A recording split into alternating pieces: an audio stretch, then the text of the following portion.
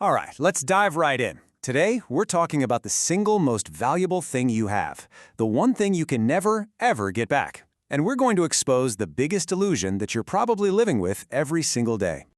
So, for just a moment, I want you to do one thing. Just be still and listen. You hear that? It's a sound we spend pretty much our entire lives trying to tune out. A quiet, constant ticking. And it's always there. Now, you might think the source of that sound is somewhere out there in the world, but it's not. The real clue is so much closer. You can find it by looking in the mirror of your own daily life. This is what the source material calls your time profile. And no, it's not about your calendar or your to-do list. It's way deeper. It's a direct reflection of your own mind. You see, how you spend your minutes is the most honest declaration of what you actually value, way more than some vision board or a New Year's resolution. And here's where it gets a little uncomfortable.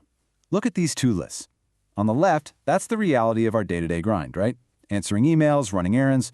On the right, that's what we say we want. Deeper connection, more meaning. The real story is the giant gap between the two. We say we want to grow wiser, but our minutes are just spent scrolling through feeds.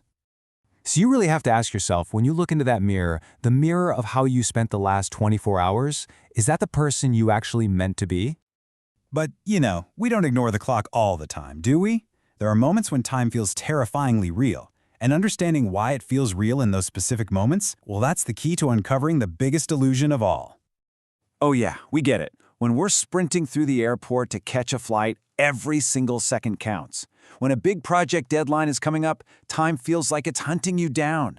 And when we face loss, we get hit with this brutal truth that time is so fragile, it just evaporates. In those moments, we know the truth, don't we? The train is not going to wait for you. That flight is going to depart, whether you're on it or not. And that deadline, it's going to arrive, ready or not.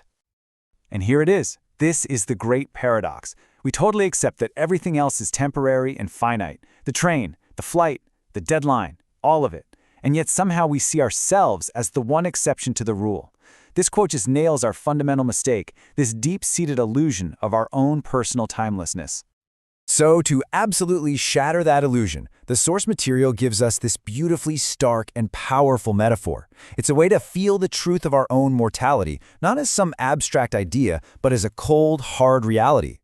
First off, let's just get real. Most people don't live to be 100. A much more practical lifespan is somewhere around 75, maybe 80 years. So let's just hold that number in our heads. Now, I want you to reframe that entire lifespan. Let's condense all 75 years into just 3 symbolic days, okay? Each day represents 25 years. 3 days. That's your entire existence. Now look at this. If you are 25 or older, day 1 is already 100% complete. It's gone. You can't get it back. All you have left are 2 provisional days that aren't even guaranteed. Just let that sink in for a second. 1/3 of your life already gone. The other 2/3, totally uncertain. That is the stark, unfiltered reality check. When you really truly internalize that a third of your life might already be spent, it changes the questions you ask. It has to. The old questions just start to feel, well, kind of trivial. You know our default question, right? It's the one every productivity guru wants to answer for us. It's always, how can I be more efficient? How can I cram more stuff into the time I have? We're always trying to manage the clock. But as spiritual teacher ShriPrashant points out, this is completely the wrong question. And here's the crucial insight. The problem isn't your calendar. The problem is you. The real solution isn't time management. It's self-management. And that shift in perspective, it's everything. It takes the focus off the external, unstoppable clock and puts it right back where the real power is, on your internal, manageable self. So what does this path actually look like? Well, the first step is to just stop. Stop the frantic obsession with managing the external clock. It's a fight you're never going to win. The second step is to start. Start looking inward with total honesty at that time profile we talked about. Third, and this is the most important one, is to refine. This is the real work, questioning everything, clarifying what you truly value, defining who you really want to be.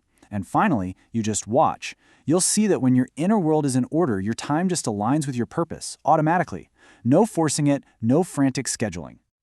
So let's quickly recap this whole journey. We've learned that how you use your time is a mirror to your soul, that we all live under this grand illusion of our own permanence, that for many of us, a third of our life is already in the rearview mirror, and that the only true solution isn't about managing the clock, it's about mastering yourself. Because that sound we heard at the very beginning, it hasn't stopped. It's still there, ticking in the background, a constant reminder. So the question is no longer, what will you do with your time? The real question is, who will you choose to become in the time you have left?